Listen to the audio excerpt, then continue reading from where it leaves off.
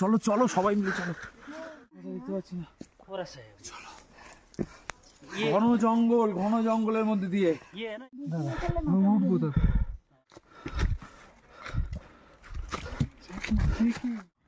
পাহাড়, ওখানে পাহাড়, পাহাড়ের মধ্যে আমরা আগুন জ্বালিয়েছি।